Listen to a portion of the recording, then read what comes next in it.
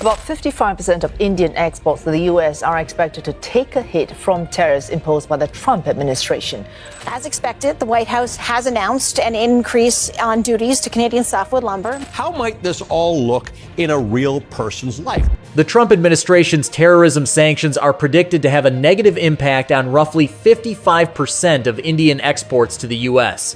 The White House has announced an increase in levies on Canadian softwood lumber, as was to be expected. How would all of this appear in the life of an actual person? A promise symbolized by a sparkling diamond. The beams of a house made of wood that was intended to be a residence.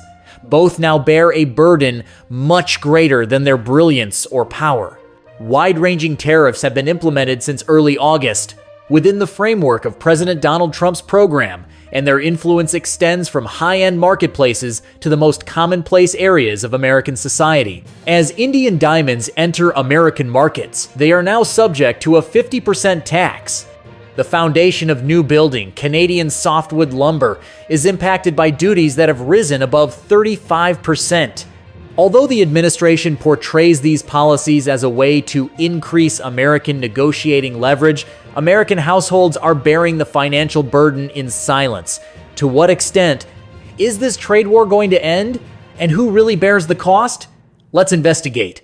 Lumber's strength and a diamond's glitter may seem like two different universes. However, both are currently enmeshed in the same tariff-related political tempest. What was formerly a symbol of tradition and stability is now a battlefield in a far wider economic war.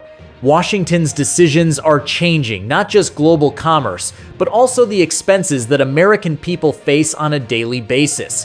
From New York's diamond counters to the building sites, it's getting harder to ignore the effects throughout the Midwest. The center of the world's diamond trade has traditionally been India. It cuts and polishes around 90% of the world's diamond sales, and this supremacy is not expected to alter very soon. Due to the industry's immense size, any disruption will unavoidably have an impact on people all over the world. The United States increased duties on Indian commodities from 25% to 50% in early August, citing India's ongoing imports of Russian oil as the rationale. Within a few days, the jolt was felt in the Diamond District of New York. There was no way to spread the expense, unlike previous tariff rounds.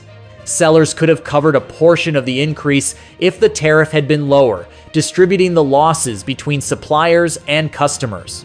The balance breaks at 50%. As the holiday season draws near, when sales usually reach their highest, prices for engagement rings, bracelets, and other fine jewelry are predicted to soar. Another painful fact adds to the burden jewelers are under. Gold has already increased in value to all-time highs, almost doubling its worth from just a few years ago. Steep tariffs and skyrocketing metal prices are making jewelry increasingly unaffordable for average consumers. To make purchases in areas unaffected by these taxes, some have even thought about taking a plane overseas. Even though most people cannot afford such possibilities, the industry was already changing significantly as lab-grown diamonds gained market share and attracted customers looking for low prices. With tariffs now, traditional vendors are squeezed on all sides, limiting margins. Cost increases follow the similar pattern outside of luxury sectors. Canada, on the opposite side of the northern border, has turned into another hotspot. A crucial component of home construction, softwood lumber, has been severely impacted. Washington boosted some charges in August, raising the overall tariffs to above 35%. There are severe repercussions for that one action alone.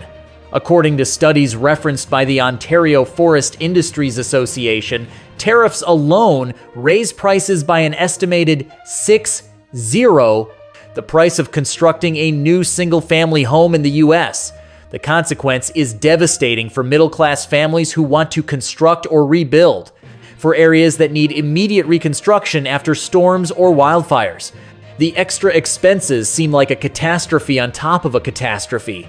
In response, Ottawa has taken steps to lessen the impact. The government of Prime Minister Mark Carney announced a 1.22 billion Canadian help package just prior to Washington's announcement, which includes hundreds of millions in loan, guarantees to maintain mill operations, and extra money to create new goods and enter new markets.